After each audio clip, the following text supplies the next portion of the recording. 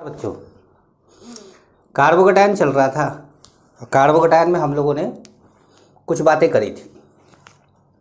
Carbocation की stability के बारे में बात हो रही थी।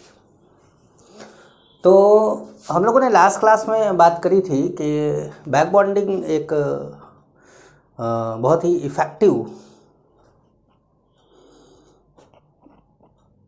इफेक्ट डालता है कार्बोकैटायन की स्टेबिलिटी में। अब आगे बात करते हैं थोड़ा और कुछ स्पेशल टाइप ऑफ कार्बोकैटायन के लिए। तो some special carbocation,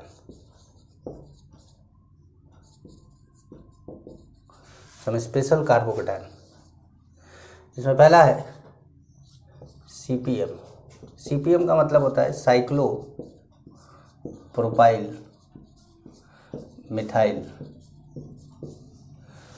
CPM cyclopropyl methyl carbocation. Cyclopropyl methyl carbocation. अब ये साइक्लोप्रोपाइल मिथाइल कार्बोकैटायन क्या होता है, चलिए आइए दिखाते हैं। एक्चुअली में जब ये ऐसे बना देते हैं तो ये बनता है CPM है, इसका नाम है साइक्लोप्रोपाइल मिथाइल कार्बोकैटायन। ये हाईली स्टेबल है, एक्स्ट्रा ऑर्डिनरी स्टेबल है।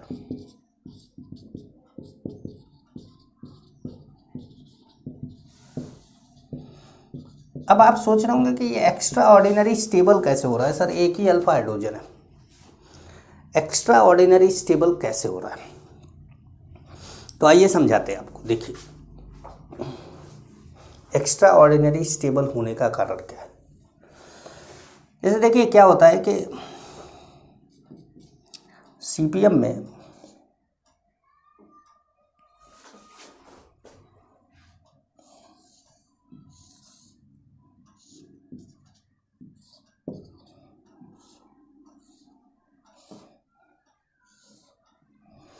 ये वैकेंट ऑर्बिटल है, ये वैकेंट p ऑर्बिटल है, ठीक है, ये वैकेंट p है,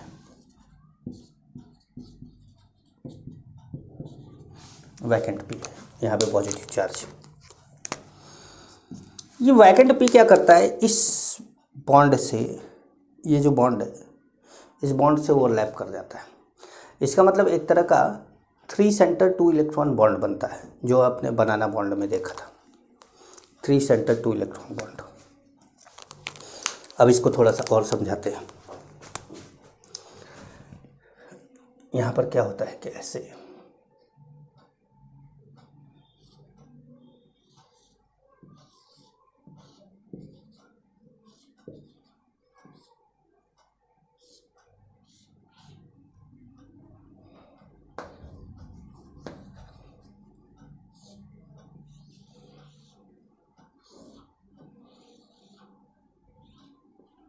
ये 2 इलेक्ट्रॉन है इसका भाई, यहाँ से और यहाँ से ये 2 इलेक्ट्रॉन ओवरलैप किया। ये क्या करता है कि बेंट होना चालू होता है, ठीक है। अब बेंट होकर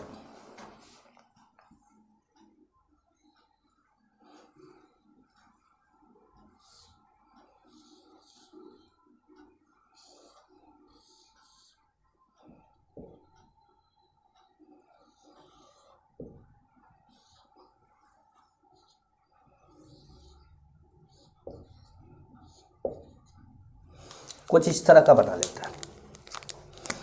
अब ये जो है वो 3 सेंटर 2 इलेक्ट्रॉन बॉन्ड है, 3 सेंटर 2 इलेक्ट्रॉन बॉन्ड है, और ये एक्स्ट्रा ऑर्डिनरी स्टेबल माना जाता है, इसको एक्स्ट्रा ऑर्डिनरी स्टेबल माना जाता है। तो अब जैसे ये पॉजिटिव चार्ज है, अब यहाँ पर क्या होता है कि ऑक्टेट पूरा करने के लिए कितने इलेक्ट्रॉन की ज़रूरत है, 8 इलेक्ट्रॉन की। तो देखो 2 + 2 + 2 और 2 ये वाला, तो टोटल कितना हो गया 8।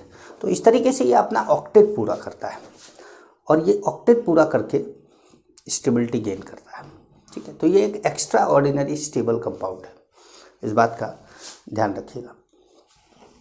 तो एक पॉइंट आप चाहें तो लिख सकते हैं कि CPM carbocation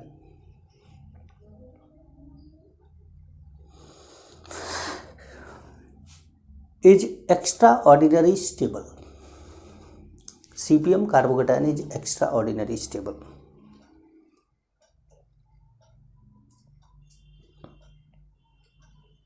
Because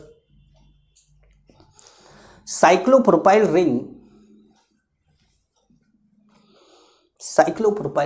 bent, cyclopropyl ring bent, BENT, bends and reaches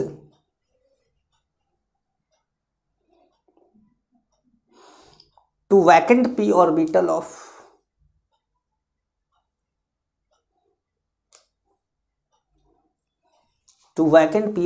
of C plus and form three-centered two-electron bond. Three-centred to-electron bond, ये इस तरीके से थ्री-सेंटर्ड टू-इलेक्ट्रॉन बॉन्ड बना लेता है। तो CPM आप यही समझ सकते हैं कि CPM स्टेबल है, कितना स्टेबल है। जैसे अगर बोला जाए कि भाई CPM के बारे में थोड़ा सा आपको आइडिया दिया जाए कि CPM की स्टेबिलिटी, तो स्टेबिलिटी जो है CPM की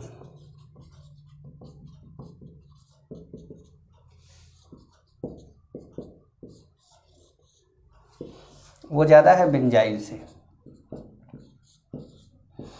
जबकि अब बेंजाइल आप देख लीजिए कि रेजोनेंस स्टेबलाइज है, उसके बावजूद भी CPM जो है वो बेंजाइल से ज़्यादा स्टेबल है। ठीक है, अब अगर यही दो रिंग लगा हो तो दोनों में से कोई भी एक रिंग बेंट हो सकता है, फिर तो डबल चांस हो गया। जब डबल चांस हो गया तो ये दो बेंजीन रिंग वाले बेंजाइलिक कार्बोकेटायन से, या इसको बाइफिनाइल कार्बोकेटायन बोला जाता है, बाइफिनाइल मिथाइल कार्बोकेटायन, तो ये उससे ज़्यादा, इससे ज़्यादा स्टेबल ये माना जाता है। और अगर ये तीन है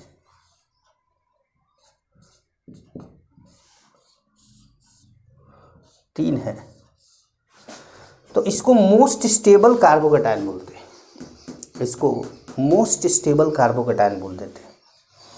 अब मैं तीन तीन बेंजीन रिंग नहीं बनाऊंगा, मैं पीएच लिख के काम चला लेता हूँ।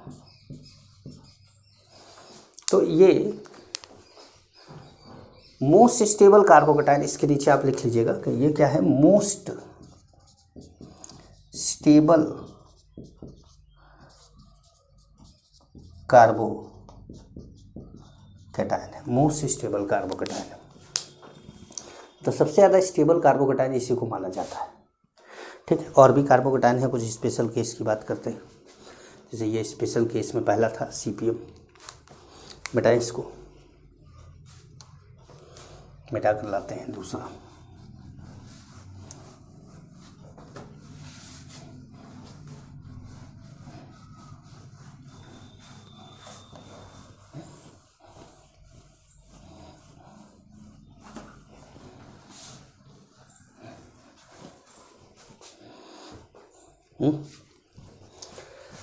मोस्ट स्टेबल कार्बोकेटायन तो ये था ट्राईसाइक्लोप्रोपाइल मिथाइल कार्बोकेटायन, इसको बोला जाता है मोस्ट स्टेबल को, ट्राईसाइक्लोप्रोपाइल। तो उसको TCPM बोला जाता है, TCPM, टी का मतलब ट्राई, TCPM।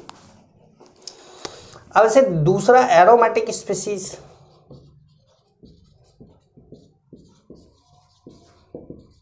तो एरोमेटिक स्पीसीज में जैसे हमारे पास है ये 7 नंबर की रिंग ट्रोपाइलियम आयन, ये वेरी स्टेबल है। अब इसका जो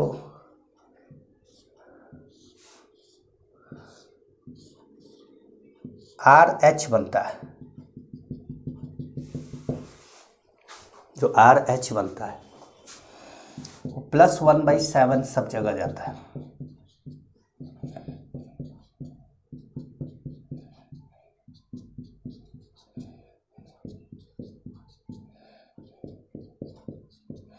+1/7। ये भी एक ज़बरदस्त कार्बोकेटायन है।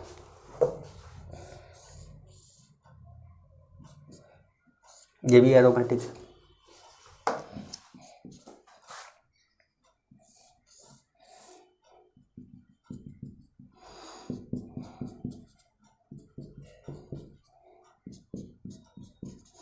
ये भी एक बहुत ज़बरदस्त कार्बोकेटायन है।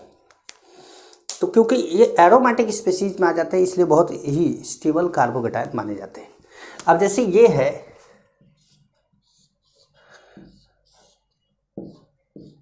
तो ये तो एंटी एरोमेटिक है। एंटी एरोमेटिक, ये तो क्या है, अनस्टेबल है, डज नॉट एग्जिस्ट, पाया ही नहीं जाता। तो जैसे कभी ये आ जाए तो ये ध्यान रखिएगा कि ये स्टेबल की कैटेगरी में आता ही नहीं है, ये तो अनस्टेबल है, ये तो पाया ही नहीं जाता। जैसे एक इसका बहुत अच्छा एग्जाम्पल आपको बताएं, एक बहुत अच्छा आपको एग्जाम्पल बताएं रिएक्शन करा के,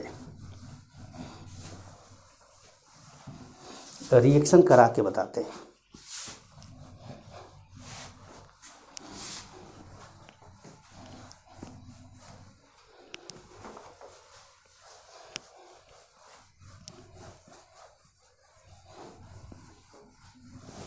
रिएक्शन करा के बताते हैं। देखिए, जब आप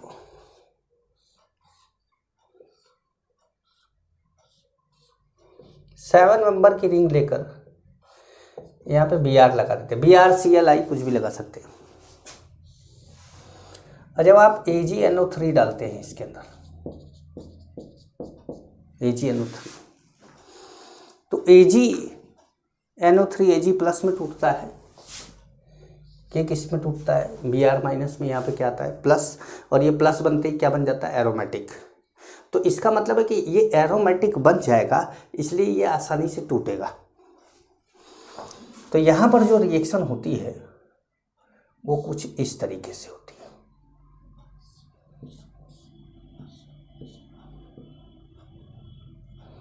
ऐसे बना सकते हैं।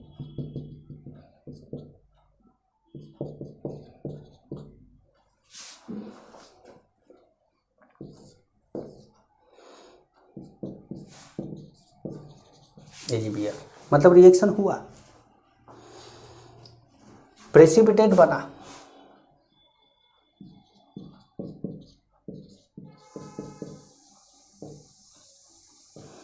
लाइट येलो पे येलो प्रेसिपिटेट बना।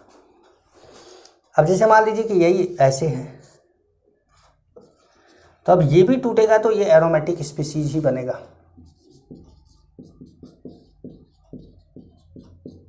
तो यहाँ पर भी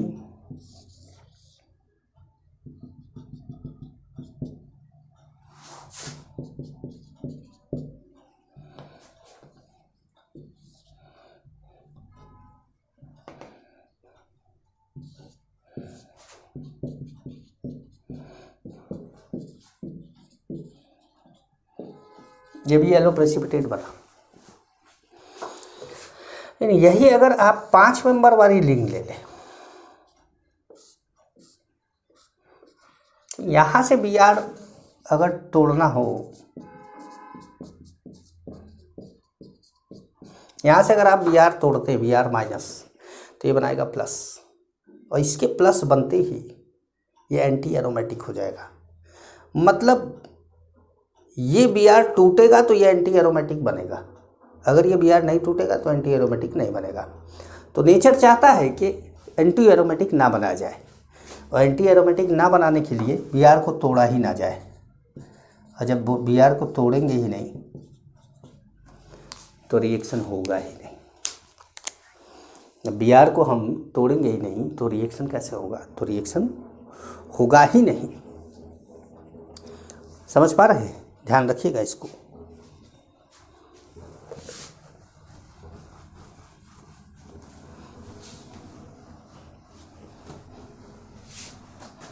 हमेशा इन सब बातों का ध्यान रखा करिए। एंटी एरोमेटिक, एरोमेटिक जब भी आता है तो इस तरह के घुमा फिरा के क्वेश्चन आपको देने लगते हैं। मतलब था कॉन्सेप्ट कार्बोकेटायन का ही, लेकिन रिएक्शन में दे दिया आपको, इसको उसने रिएक्शन में दे दिया। ठीक है, एक एक्सेप्शन भी जानिए।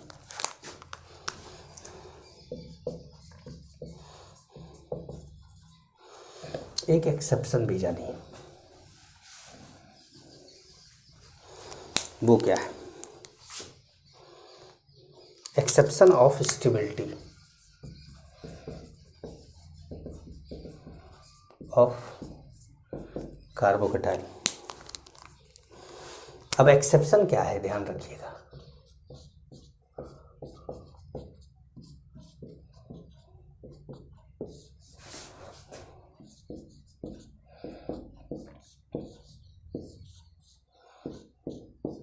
यही, अब जैसे हम हमेशा बोलते आए हैं कि hyper conjugation is dominating over resonance, sorry resonance is dominating over hyper conjugation, ये हम हमेशा बोलते आए हैं, resonance is dominating over hyper conjugation. लेकिन यहाँ पर क्या हो रहा है, इसमें हाइपर कंजुगेशन है, इसमें रेजोनेंस है, और ये ज़्यादा स्टेबल है, ये कम स्टेबल है। तो ये एक एक्सेप्शन है, याद रखिएगा। और ये केवल तब होगा जब 9 अल्फा हाइड्रोजन होंगे। जब 9 अल्फा हाइड्रोजन हो जाए तो समझ जाइए। बाकी अगर 8 अल्फा हाइड्रोजन है, 7 अल्फा हाइड्रोजन, टर्सरी है पर 7 है, 6 है, 5 है, टर्सरी अगर है, लेकिन अल्फा हाइड्रोजन 9 नहीं है, तो इससे ज़्यादा स्टेबल नहीं होगा। लेकिन अगर 9 हो गया तो फिर इससे ज़्यादा स्टेबल हो जाएगा। ठीक, इस बात का आप ध्यान रखेंगे। स्टेबिलिटी को देखते समय इस बात का आप ध्यान रखेंगे हमेशा। ठीक है,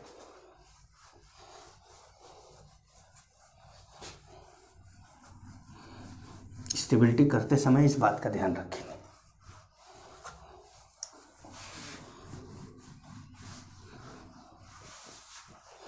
कार्बोकेटायन की स्टेबिलिटी, तो अब कार्बोकेटायन की स्टेबिलिटी आपने लगभग देख ली कि आप सबके बारे में जान गए कि कौन ज़्यादा स्टेबल है, कौन कम स्टेबल है। और आइए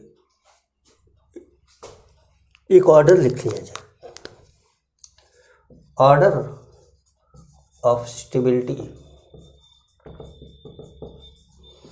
ऑफ कार्बोकेटायन। अब ये कार्बोकेटायन की स्टेबिलिटी का ऑर्डर भी आपको उस पेज पे लिखना होगा, जो पेज मैंने आप लोगों को 4 पन्ने निकलवाए थे। वहाँ पे आपको कार्बोकेटायन की स्टेबिलिटी का ऑर्डर भी लिख लेना है, कार्बोकेटायन की स्टेबिलिटी का ऑर्डर भी लिखना है। तो कार्बोकेटायन की स्टेबिलिटी का ऑर्डर जो है वो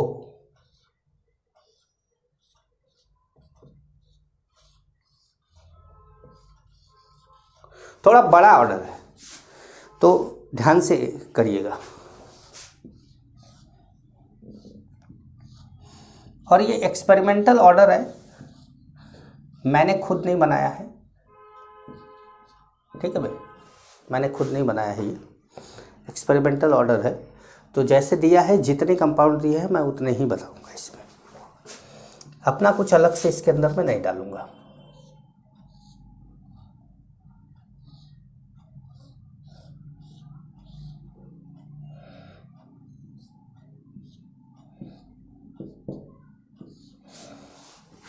ट्रोपाइलियम आयन,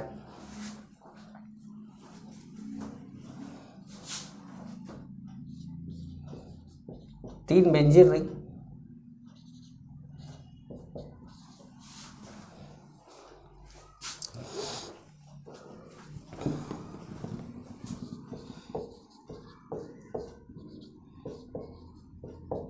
दो बेंजीन रिंग,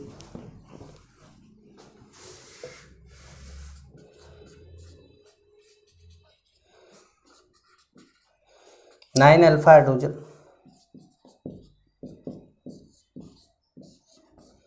बेंजाइल,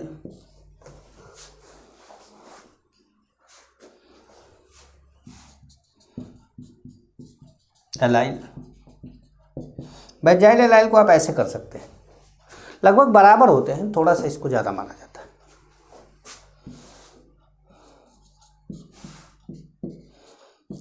और टर्सरी में इनके आसपास ही होता है, भाई ये ज़्यादा है। देखिए बाकी जो टर्सरी होते हैं जिनमें अल्फा हाइड्रोजन के नंबर 9 नहीं होते, कम हो जाते हैं, वो इनकी स्टेबिलिटी के आसपास ही होते हैं। ठीक है,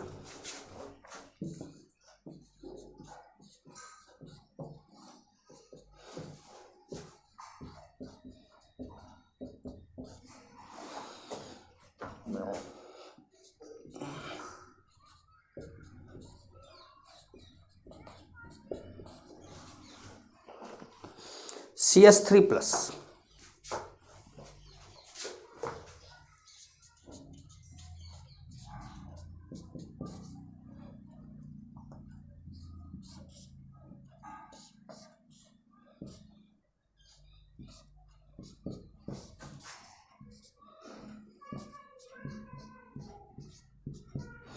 ये स्टेबिलिटी का ऑर्डर है और इस स्टेबिलिटी के ऑर्डर को आप फॉलो करेंगे। ठीक है, इस स्टेबिलिटी के ऑर्डर को आप फॉलो करेंगे। मैंने इसलिए बोला था कि आप थोड़ा सा रुक जाइए क्योंकि आपकी कॉपी में पूरा ये आना भी तो चाहिए, तो जगह कम पड़ जाती है। कई बार 3 लाइन बची रहती है कॉपी पन्ने में, उसी में आप स्टार्ट करते हैं, फिर पता चलता है कि अगले पन्ने पर लिखें। जब भी लिखेगा तो एक ही पन्ने पर आना चाहिए। ये जब भी आपका आए ये एक ही पन्ने पर आए। तो अगर एक पन्ने पे नहीं आया है तो वीडियो पॉज करके उसको काट के एक पन्ने पे ले आइए। ठीक है, एक पॉइंट लिखिएगा, एक पॉइंट लिखिएगा, नोट करके लिखें। बेंजाइल, ये बेंजाइल है। बेंजाइल, अलाइल, ये अलाइल है। एंड टर्सरी, ये टर्सरी है, ये सेकेंडरी है, ये प्राइमरी है। ये विनाइल है, ये फिनाइल है, ये एसिटाइल है। ठीक है, तो benzyl, align and tertiary carbocation have almost same stability,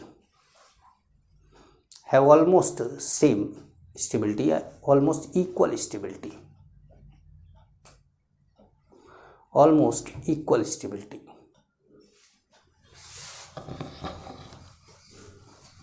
देखिए कार्बोकेटायन आप जान गए, कौन कार्बोकेटायन ज़्यादा स्टेबल है, कौन कार्बोकेटायन कम स्टेबल है, ये भी जान गए। कार्बोकेटायन में आप ये भी जानते हैं कि इलेक्ट्रॉन रिलीजिंग ग्रुप जो होगा वो कार्बोकेटायन की स्टेबिलिटी को बढ़ाएगा और इलेक्ट्रॉन विड्रॉइंग ग्रुप कार्बोकेटायन की स्टेबिलिटी को घटाएगा। ये सारी चीज़ें हम जानते हैं। अब हमें इसमें बहुत डिटेल में, क्योंकि हम जाएंगे तो अब झेलाएंगे आपको और कुछ नहीं होगा। अब इसमें बात करते हैं कार्बोकेटायन की स्टेबिलिटी जो आपने समझी है, इसके एप्लीकेशन की। और एप्लीकेशन है इसका रीअरेंजमेंट ऑफ कार्बोकेटायन। तो आप हेडिंग डालेंगे रीअरेंजमेंट ऑफ कार्बोकेटायन। कार्बोकेटायन का रीअरेंजमेंट की बात करते हैं। रीअरेंजमेंट ऑफ कार्बोकेटायन,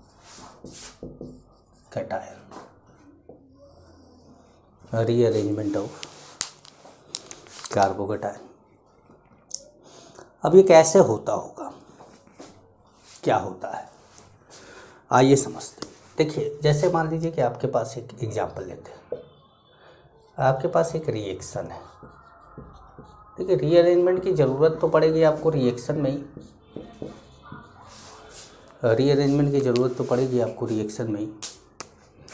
अब जैसे मान लीजिए कि आपने इसमें एक्वस NaOH डाल दिया, मैंने वही एक्वस डाल दिया। ठीक है,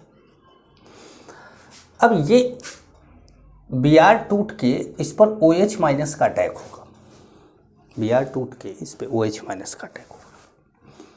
ठीक है, अब Br टूट के OH माइनस का अटैक तो होगा, लेकिन इसमें जो प्रोडक्ट मिलेगा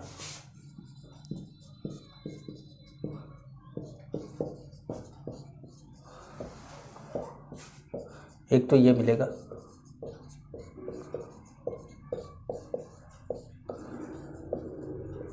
और दूसरा ये मिलेगा। तो आप कहेंगे कि सर ये यहाँ प्रोडक्ट क्यों बन गया, तो यही तो रीअरेंजमेंट है। और जबकि अगर आप देखें तो ये माइनर प्रोडक्ट है और ये मेजर प्रोडक्ट है। मेजर का मतलब होता है कि प्रोडक्ट में जिसका अमाउंट ज़्यादा बनता है उसको मेजर बोलते हैं और जिसका अमाउंट कम बनता है उसको माइनर बोला जाता है। तो अब यहाँ पर ऐसा क्या हुआ होगा कि बी आर हट के ओ एच आना चाहिए, आ भी रहा है लेकिन बहुत कम आ रहा है, जबकि दूसरा वाला जिसका कोई चांस नहीं दिख रहा है वो बहुत ज़्यादा आ रहा है। तो कुछ तो ऐसा हुआ होगा इसके अंदर। तो आइए मैकेनिज्म देखा जाए इसका कि ये रिएक्शन हुआ कैसे है। तो सबसे पहले CH3 CH2 CH2 CH2 Br ये टूटा। जब ये टूटा तो बनाया CH3 CH2 CH2 CH2 plus CH3 CH2 CH2 plus, और इसके पास ये H ऐसे बना देते हैं, ठीक है। अब देखिए इसके पास 1 2 अल्फा हाइड्रोजन है, 2 अल्फा हाइड्रोजन है, ठीक है। अगर ये हाइड्रोजन यहाँ माइनस ऐसे करके ऐसे चला जाए, इसको बोलते हैं हाइड्राइड शिफ्ट। क्या बोलते हैं? हाइड्राइड शिफ्ट बोला जाता है इसको। अगर ये ऐसा होता है तो क्या बनेगा? तो बनेगा CH3 CH2 CH3 प्लस। तो ये जो कार्बोकेटायन हमारा पहले बना था ना, इसमें से ज़्यादातर मॉलिक्यूल, ज़्यादातर कार्बोकेटायन हाइड्राइड शिफ्ट में पार्टिसिपेट करके ये बना लेते हैं। जो ये बनाते हैं उनमें OH यहाँ अटैक करता है, और जो नहीं बनाते हैं उनमें OH यहाँ अटैक करता है। अब मैंने बोला ज़्यादातर बना लेते हैं, तो ज़्यादातर इसको क्यों बनाते हैं? तो ज़्यादातर इसलिए बनाते हैं क्योंकि 2 + 3 5 अल्फा हाइड्रोजन है, ये मोर स्टेबल है, ये मोर स्टेबल है, क्योंकि भाई अब यहाँ ये लेस स्टेबल है, तो ये मोर स्टेबल है। ज़्यादा स्टेबल कार्बोकेटायन जो होता है वो प्रोडक्ट बनाता है, मेजर प्रोडक्ट बनाता है। कार्बोकेटायन के केस में यही होता है कि जो स्टेबल कार्बोकेटायन होता है, जब भी कहीं कार्बोकेटायन बनेगा तो कार्बोकेटायन बनने के बाद अगर रीअरेंजमेंट का चांस है, और रीअरेंजमेंट का चांस का मतलब कि ज़्यादा स्टेबल कार्बोकेटायन बनाने का चांस है, तो वहाँ रीअरेंजमेंट होगा, मोर स्टेबल कार्बोकेटायन बनेगा, और मोर स्टेबल कार्बोकेटायन ही आगे चल के मेजर प्रोडक्ट बनाएगा जो मैक्सिमम अमाउंट में होगा। तो यहाँ मेजर प्रोडक्ट ये क्यों बना? क्योंकि जो कार्बोकेटायन रीअरेंजमेंट के बाद बना वो ज़्यादा स्टेबल था, और रीअरेंजमेंट से पहले जो था वो कम स्टेबल था। तो इसमें से जैसे मान लीजिए कि 90% ये बना गए, 10% इसी में रह गए, तो जो 10% इसमें रह गए वो ये बना लिए, और जो 90% ये बना गए वो ये बना लिए। तो हमको यही सीखना है कि आखिर ये चीज़ कैसे होती है। अलग अलग जगह पे अलग अलग तरीके से होती है, ज़रूरी नहीं कि हर जगह हाइड्राइड शिफ्ट हो, हर जगह हाइड्राइड शिफ्ट हो ये भी ज़रूरी नहीं है, ठीक है। तो अलग अलग जगह अलग अलग तरह की शिफ्टिंग होती है। तो पहले अब हम इसी को समझें कि कितने टाइप की शिफ्टिंग होती है और कब कहाँ कैसे होगा।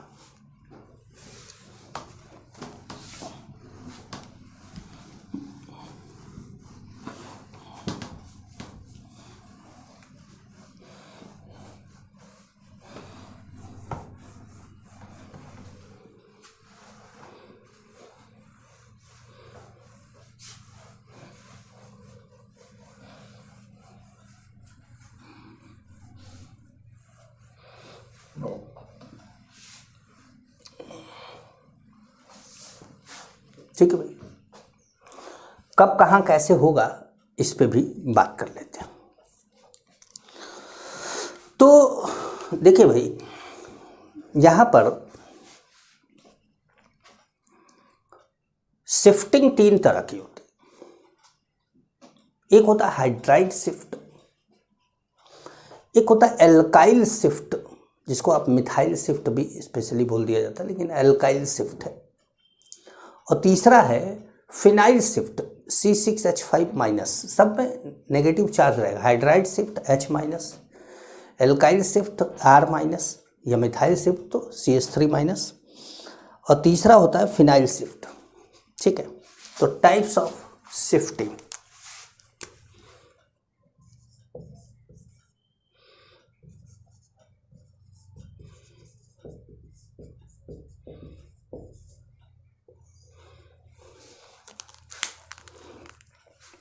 टाइप्स ऑफ शिफ्टिंग में 3 शिफ्ट है, 1 2 हाइड्राइड शिफ्ट, सेकंड है 1 2 एल्काइल R- शिफ्ट, या कुछ लोग मिथाइल कराते हैं तो 1 2 मिथाइल CH3- शिफ्ट बोल देते हैं इसको। जब मिथाइल हो रहा है तो मिथाइल शिफ्ट बोल देते हैं एल्का, अदरवाइज पूरा मिला के तो एल्काइल ही हुआ। और तीसरा है 1 2 phenyl shift.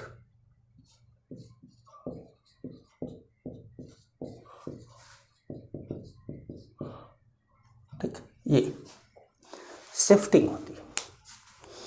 1 2 hydride shift, 1 2 alkyl shift and 1 2 methyl shift. ये 1 2 का मतलब क्या है? 1 2 का मतलब तो मैं आपको समझा दूं कि अभी थोड़ी देर पहले हम लोगों ने एक शिफ्टिंग कराई थी। एक कार्बन से दूसरे कार्बन पे जाना, वो भी एडजेसेंट, जैसे इससे इस पे जाना, तो ये 1 हो गया, ये 2 हो गया। ठीक है, ये 1 हो गया, ये 2 हो गया। जहाँ से जा रहा है वो 1 और जहाँ जा रहा है वो 2। जहाँ जा रहा है वो कितने दूरी पर है, जैसे 1, ये 1 हो गया, ये 2 हो गया, 3 4 5, पाँचवें पे से जा रहा है तो 1 5 शिफ्ट। तो 1 5 शिफ्ट कार्बोकेटाइन में नहीं होता, 1 4 नहीं होता, 1 3 नहीं होता। कार्बोकेटाइन में क्या होता है? 1 2 शिफ्ट होता है, मतलब जस्ट बगल में ही जाता है, चाहे इधर चला जाए, चाहे इधर चला जाए, चाहे ऊपर चला जाए, चाहे नीचे चला जाए, 1 2 शिफ्ट होता है। तो इसीलिए इसको 1 2 1 2 बोला जा रहा है। क्लियर हो रही बात? अब ये जो शिफ्टिंग होती है, जैसे किसी कंपाउंड में शिफ्टिंग के कई चांस है कि भाई एल्काइल शिफ्ट भी हो सकता है, मिथाइल शिफ्ट भी हो सकता है, फिनाइल शिफ्ट भी हो सकता है, हाइड्राइड शिफ्ट भी हो सकता है। किसी एक कार्बन पर सारी चीज़ें अवेलेबल हैं और वहाँ से आपको किसी एक को हटाना है। तो ये जो शिफ्टिंग है ये किस बात पे डिपेंड करती है? तो शिफ्टिंग डिपेंड करती है माइग्रेटरी एप्टीट्यूड पे।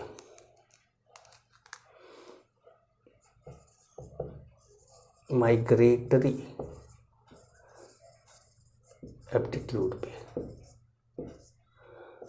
माइग्रेटरी एप्टीट्यूड, तो इसमें लिखेगा migratory aptitude of shifted group. Migratory aptitude of shifted group is directly proportional to electron density on shifted group. Is directly proportional to electron density on shifted group. जितनी ज़्यादा electron density होगा उतना ज़्यादा migratory aptitude होगा।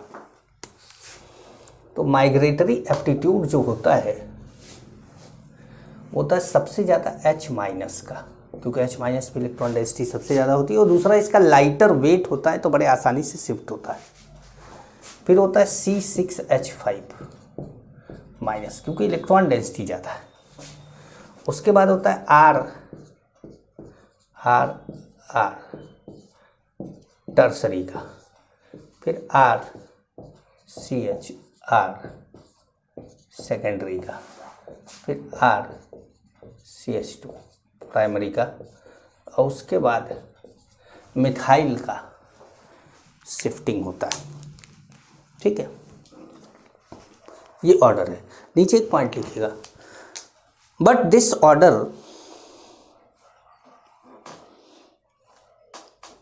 Order is not strictly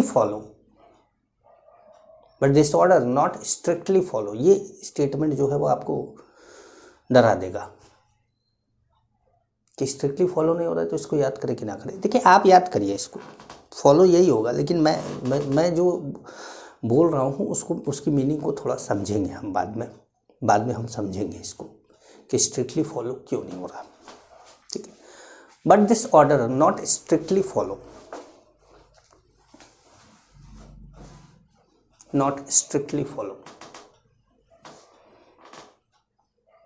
because in some cases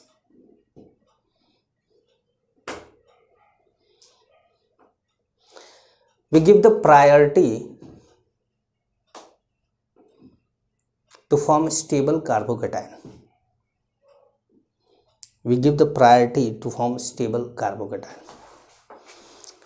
कुछ cases में हम stable carbocation बनाने को प्रायोरिटी देंगे,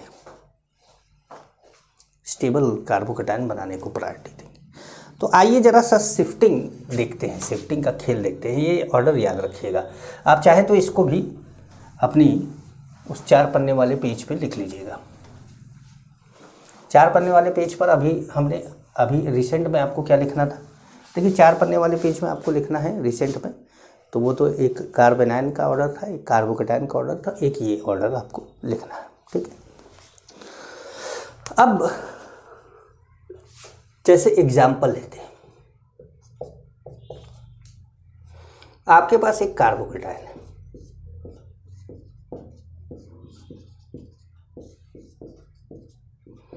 ये कार्बोकेटाइन है। अब ये कार्बोकेटाइन कौन सा है? प्राइमरी कार्बोकेटाइन है। क्या आप इससे स्टेबल कार्बोकेटाइन बना सकते हैं? तो जैसे हमने इसको तोड़ा और इसको इधर ले गए, तो ये क्या हुआ? 1,2 मिथाइल शिफ्ट हुआ। ये 1,2 मिथाइल शिफ्ट हुआ, CH3 माइनस इधर गया। जब CH3 माइनस इधर गया तो ये माइनस और ये प्लस मिलकर बॉन्ड बना गए, और यहाँ पर क्या आ गया? प्लस आ गया। तो ये बना ऐसे।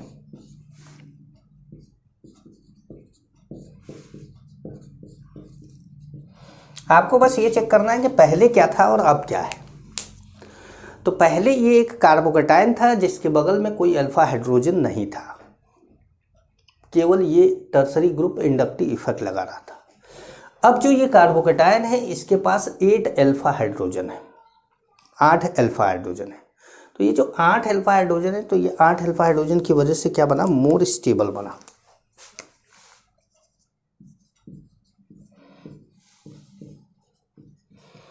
मोर क्यों बोला? मोर तो तब बोलते हैं ना भाई, जब किसी से कंपेयर कर रहे हो, तो कर रहे हैं हम इससे कंपेयर कर रहे हैं, इसीलिए बोल रहे हैं मोर स्टेबल है। जैसे दूसरा एक और एग्जांपल लिया जाए, जैसे हमारे पास है CH3CH, एक ऐसा कंपाउंड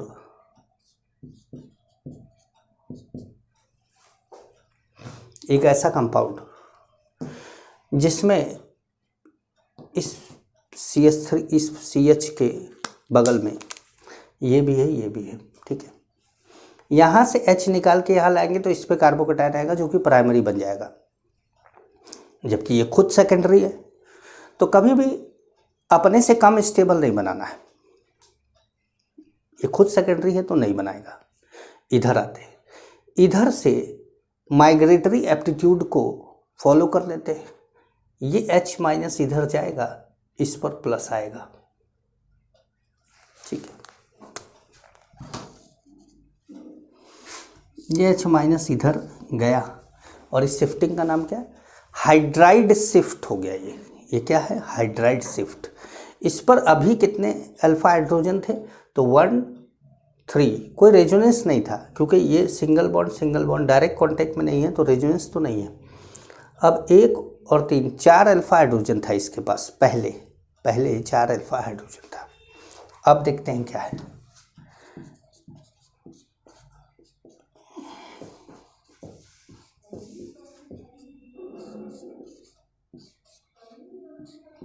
अब इसके पास 5 अल्फा हाइड्रोजन है प्लस रेजोनेंस भी है, और resonance is dominating over hyper conjugation, मतलब पहले तो रेजोनेंस ही देखना है कि पहले रेजोनेंस भी अराइज हो गया और 5 अल्फा हाइड्रोजन भी आ गया, तो ये क्या हो गया, मोर स्टेबल हो गया। ये कैसा हो गया, मोर स्टेबल हो गया। तो ये मोर स्टेबल हुआ, तो इसका मतलब है कि यहाँ पर रीअरेंजमेंट कराना हमारा सही था। मोर स्टेबल हुआ, इसका मतलब है कि रीअरेंजमेंट कराना हमारा सही था। मिटाए।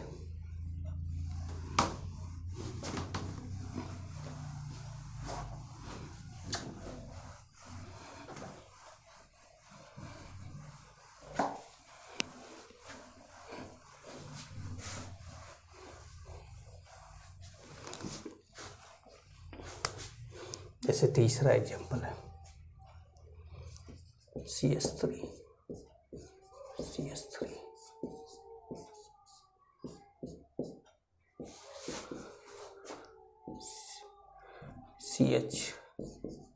CH3 plus.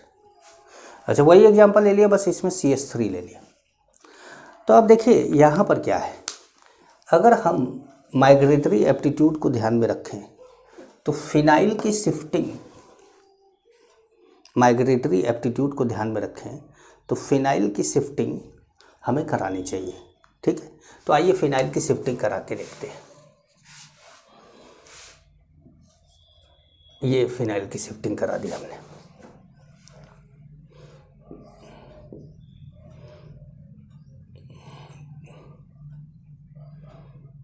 हमने क्या बना दिया, CH3 प्लस CH3। ठीक है, और अगर हम मिथाइल की शिफ्टिंग कराते हैं तो हम 2 केस ले लेते हैं। ये हमारा दूसरा केस है, ये हमारा पहला केस है। ये हमारा पहला है और अब हम दूसरे केस की बात करेंगे। मतलब हमने दोनों चीज़ें करा के आपको दिखा दी। तो दूसरा, जब हम मिथाइल शिफ्ट कराएंगे तो क्या बनेगा, CH3 प्लस CH3।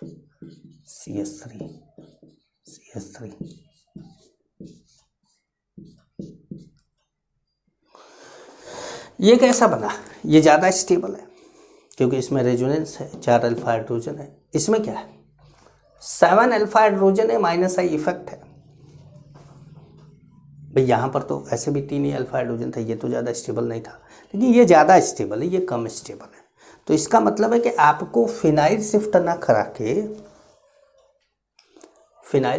करा के आपको मिथाइल शिफ्ट कराना चाहिए। यही बोला गया था कि उस ऑर्डर को स्ट्रिक्टली फॉलो नहीं करना है, अपना फ़ायदा देखना है। जब आप अपना फ़ायदा देखेंगे, हाँ, माइग्रेटरी एप्टीट्यूड का ऑर्डर आपसे पूछ ले कि माइग्रेटरी एप्टीट्यूड का ऑर्डर क्या है, तो वो ऑर्डर आप खोजिए कि कौन से ऑप्शन में वो ऑर्डर दिया है। लेकिन जब आपको शिफ्टिंग करानी हो तो माइग्रेटरी एप्टीट्यूड को देखिए, लेकिन कई बार ऐसा होता है कि माइग्रेटरी एप्टीट्यूड ना देखकर आपको अपना फ़ायदा देखना पड़ता है। ठीक है, तो अब अगर इसमें आप देखें तो किसकी स्टेबिलिटी ज़्यादा है, तो इसकी स्टेबिलिटी ज़्यादा है, इसकी स्टेबिलिटी क्या है, कम है। तो नीचे एक ये वाला आप कराएंगे और ये वाला आप नहीं कराएंगे। तो नीचे एक पॉइंट लिखेंगे,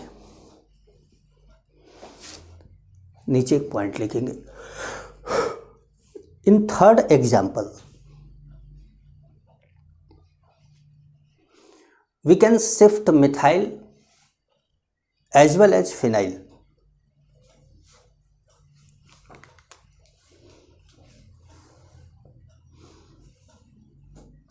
We can shift methyl as well as phenyl. Full stop. According to migratory aptitude,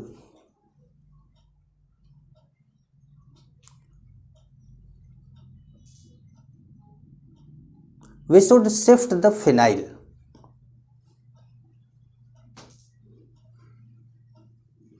but after shifting phenyl we not get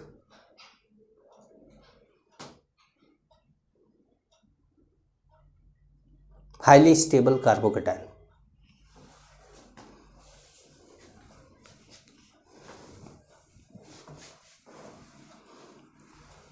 ठीक।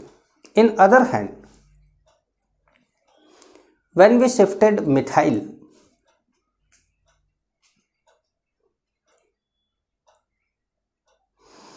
we get a highly stable carbocation.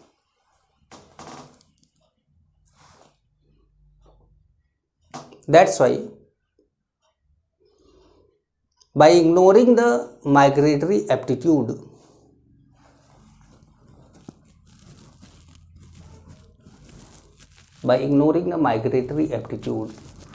we shift the methyl group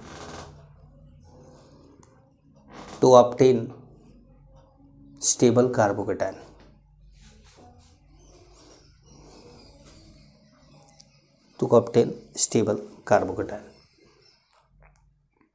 समझ पाए आप? Clear हुआ आपको?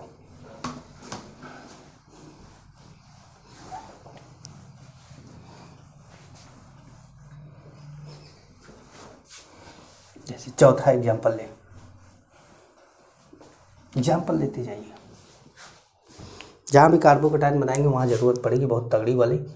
और इस notes की, ये जो कार्बोकेटाइन का बना रहे हैं आप, ये 12th तक पूरा, 11th से लेके 12th तक पूरा जो भी ऑर्गेनिक पढ़ेंगे सब में आपको इसकी ज़रूरत पड़ेगी।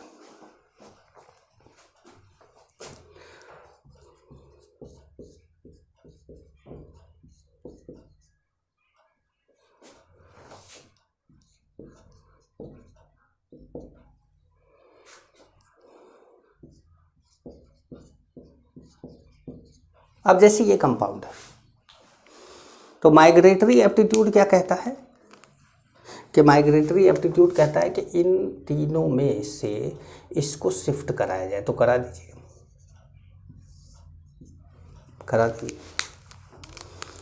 तो कराया आपने,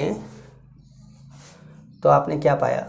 CH3 C, CH3 CH, CH2 CH3 CH3। यहाँ माइग्रेटरी एप्टीट्यूड काम आ गया, क्योंकि अगर आप CH3 को कराते, जैसे आप CH2 CH3 को करा रहे हैं तो आप यहाँ से 2 अल्फा हाइड्रोजन कम कर रहे हैं, लेकिन अगर आप CH3 को कराते तो आप 3 अल्फा हाइड्रोजन कम कर देते। तो अभी इसके पास 7 अल्फा हाइड्रोजन है और तब 6 अल्फा हाइड्रोजन रहता, तो इसका मतलब है कि ये ज़्यादा स्टेबल है, ये ज़्यादा स्टेबल है।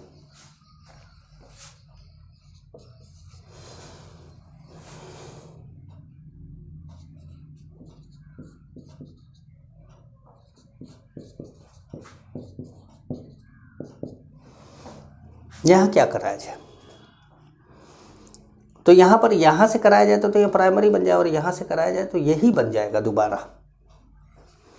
तो यहाँ क्या होगा? No rearrangement.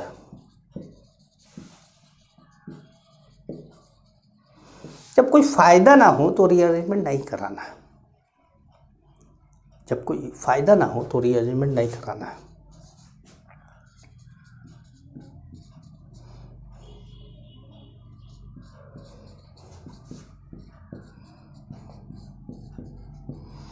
अब जैसे ये है, तो इस समय इसके पास 4 अल्फा हाइड्रोजन है, और अगर कार्बोकेटाइन यहाँ आ जाए तो 5 अल्फा हाइड्रोजन हो जाएंगे। तो यहाँ शिफ्टिंग होगा,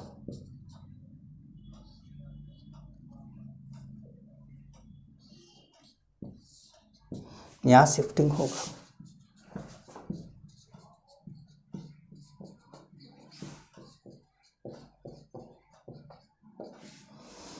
यहाँ शिफ्टिंग हुआ, यहाँ 4 अल्फा हाइड्रोजन था, वहाँ 5 अल्फा हाइड्रोजन है। तो जहाँ ज़रा सा भी स्टेबिलिटी का चांस बढ़ रहा है वहाँ शिफ्टिंग करा दीजिए, लेकिन जहाँ स्टेबिलिटी का चांस नहीं बढ़ रहा है वहाँ शिफ्टिंग मत कराइए। ठीक है। अच्छा, अगर आपके पास बेंजीन रिंग मिलता है, खाली बेंजीन रिंग ही है, सब बेंजीन रिंग है, तो इलेक्ट्रॉन डेंसिटी पे जाइए।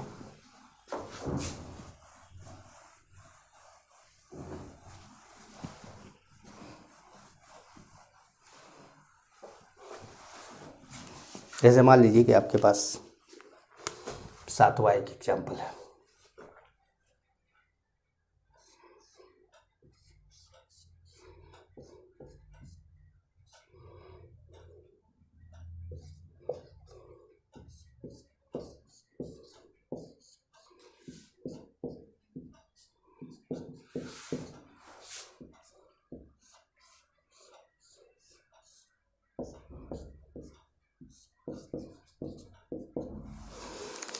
अब इस केस में माइग्रेटरी एप्टीट्यूड को आपको फॉलो करना होगा, माइग्रेटरी एप्टीट्यूड को आपको फॉलो करना होगा। और माइग्रेटरी एप्टीट्यूड ये कहता है कि जिसकी इलेक्ट्रॉन डेंसिटी ज़्यादा है उसकी शिफ्टिंग होगी।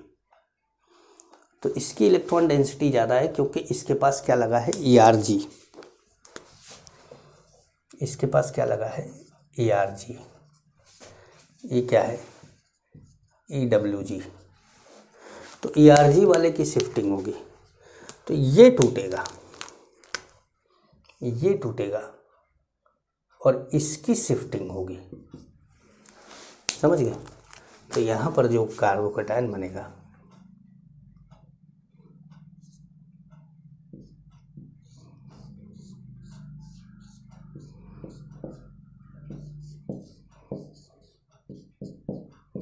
मैंने वैसे ही बना दिया, इधर उधर नहीं किया, ताकि आप कंफ्यूज ना हो जाए।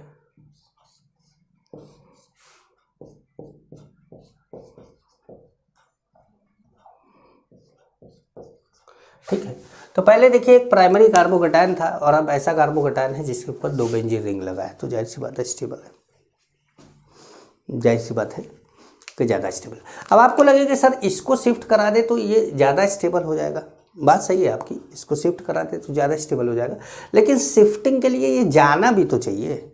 Electron density directly proportional to होता है शिफ्टिंग टेंडेंसी के। तो ये बात माइग्रेटरी एप्टीट्यूड, शिफ्टिंग टेंडेंसी एक ही बात है। तो electron density directly proportional to होता है शिफ्टिंग टेंडेंसी के। तो शिफ्टिंग टेंडेंसी कहाँ फॉलो नहीं करना था वो मैंने एक बार आपको बता दिया, बाकी आपको फॉलो करना है। ठीक है।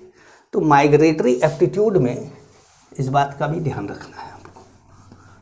अब जैसे एक ऑर्डर की फॉर्म में बोल दें आपको,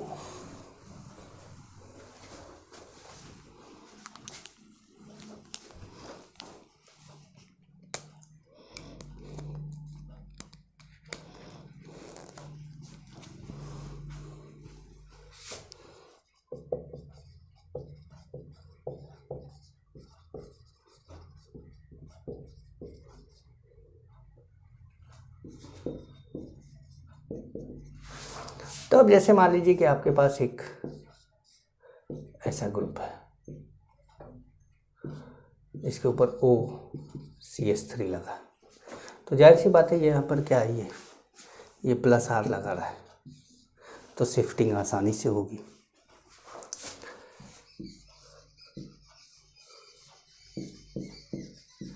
ACH3 ये +H लगा रहा है, ये शिफ्टिंग आसानी से होगी क्योंकि इलेक्ट्रॉन डेंसिटी ज़्यादा है। एक चीज़ और बताएंगे, यहाँ पे ये 0 है,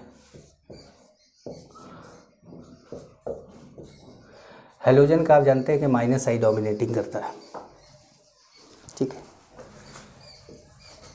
तो अब जैसे अगर मैं यही लगा दूँ ऐसे -I,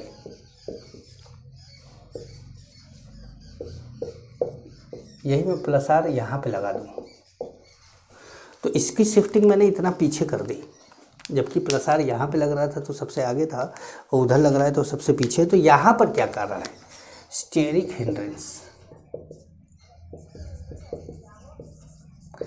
मैं जानता हूँ कि इस समय आप लोगों को ये शब्द सुन के कोटा फैक्ट्री की याद आ गई होगी, कि सर कुछ भी कहीं भी डाल देते हो। ऐसा है कि देखिए ऑर्थो ये जब टूटेगा यहाँ पर तो इसको तोड़ने में ये डिफ़िकल्टी क्रिएट करेगा।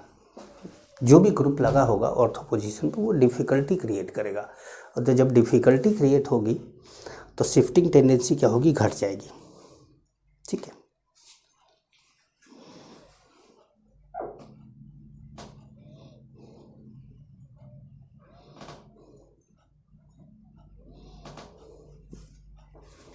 ठीक है। तो एक पॉइंट लिखेगा, if migratory group have same nature. Same nature का मतलब सब फिनाइल है या सब इल्काइल है, तो ब्रैकेट में आप लिख सकते हैं migratory group have same nature में लिख सकते हैं if all are phenyl, if all are alkyl. ठीक है, ऐसे करके ब्रैकेट क्लोज करिए। Then migration takes place according to migratory aptitude. Then migration takes place according to migratory aptitude.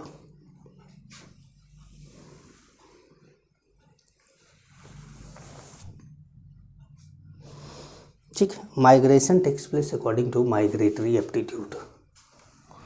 तो ये माइग्रेटरी एप्टीट्यूड का ऑर्डर था।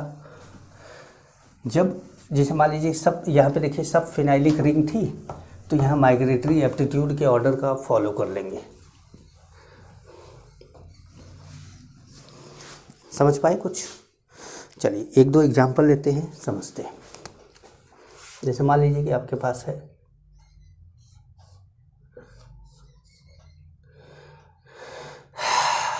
एग्जाम्पल 1 ले लिया।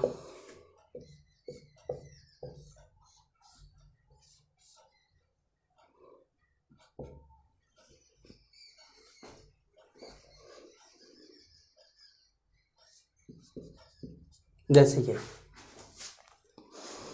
अब यहाँ पे पॉजिटिव चार्ज, या तो H यहाँ से शिफ्ट कराओगे और या तो यहाँ से शिफ्ट कराओगे।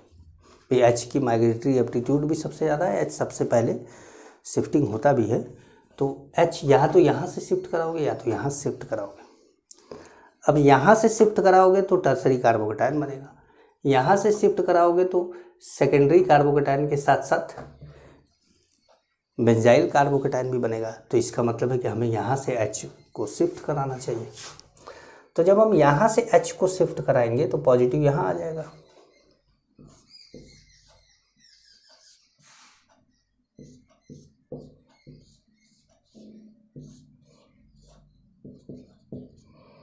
पॉजिटिव यहाँ आ जाएगा। ये रीअरेंजमेंट ऐसे लिखते जाइएगा, रीअरेंजमेंट लिख लीजिएगा, या 1,2 शिफ्ट जो भी आप लिख रहे हो। जैसे यहाँ पर क्या हो रहा है, 1,2 हाइड्राइड शिफ्ट हो रहा है, तो 1,2 हाइड्राइड शिफ्ट हुआ है तो 1,2 हाइड्राइड शिफ्ट लिख दिया। ठीक है, अब जैसे दूसरा एग्जांपल एक ले लें।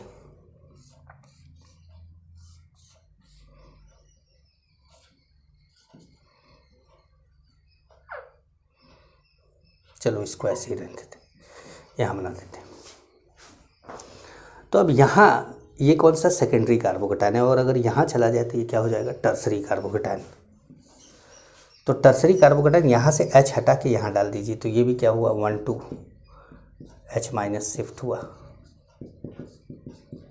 और आपने इसको उठा के प्रैक्टिस करना पड़ेगा आपको खुद, ऐसा नहीं है कि केवल मेरा देखने से आ जाएगा। आपको कॉपी पेन उठा के खुद बना के करना पड़ेगा। बना के करेंगे तभी आपको मज़ा भी आएगा और तभी आप और बेहतरीन कर भी कर पाएंगे।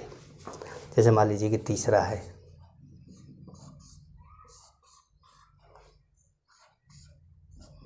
जैसे ये,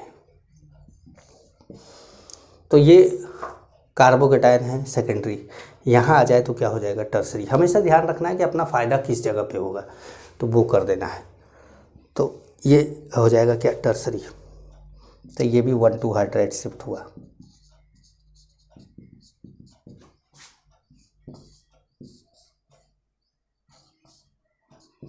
ठीक है, क्लियर हो रहा?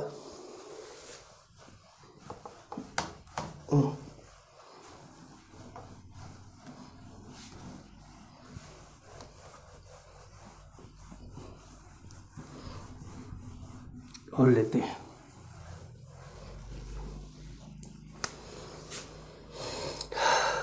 जैसे मान लीजिए कि आपके पास है CH3CH,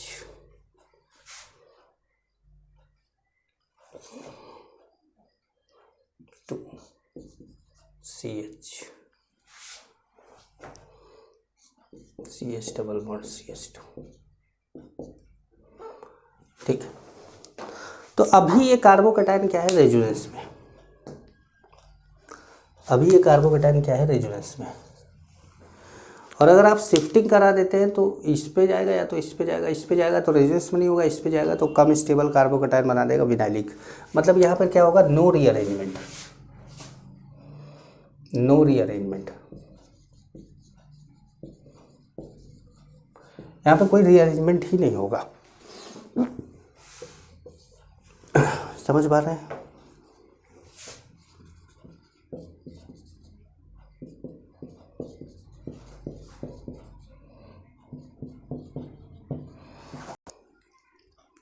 तो ये जो कंपाउंड है यहाँ पर हम इसको यहाँ से ला सकते हैं इसको, क्योंकि देखिए इस समय अगर हम इसको ऐसे ही देखें तो इस समय इसके पास 5 अल्फा हाइड्रोजन है। ठीक है, अगर हम इसको यहाँ से तोड़ के यहाँ ले जाते हैं, 1,2 हाइड्राइड शिफ्ट कर देते हैं, तो ये CH3, ये CH2, ये CH डबल बॉन्ड CH2, दो बातें हो जाएगी। एक तो 2 अल्फा हाइड्रोजन हो जाएगा, दूसरी एक रेजोनेंस स्टेबलाइज हो जाएगा, मतलब मोर स्टेबल हो जाएगा। तो मोर स्टेबल हो जाएगा तो क्या है, रीअरेंजमेंट होगा। तो ये तो बात हुई कि चेन वाले कंपाउंड का रीअरेंजमेंट था।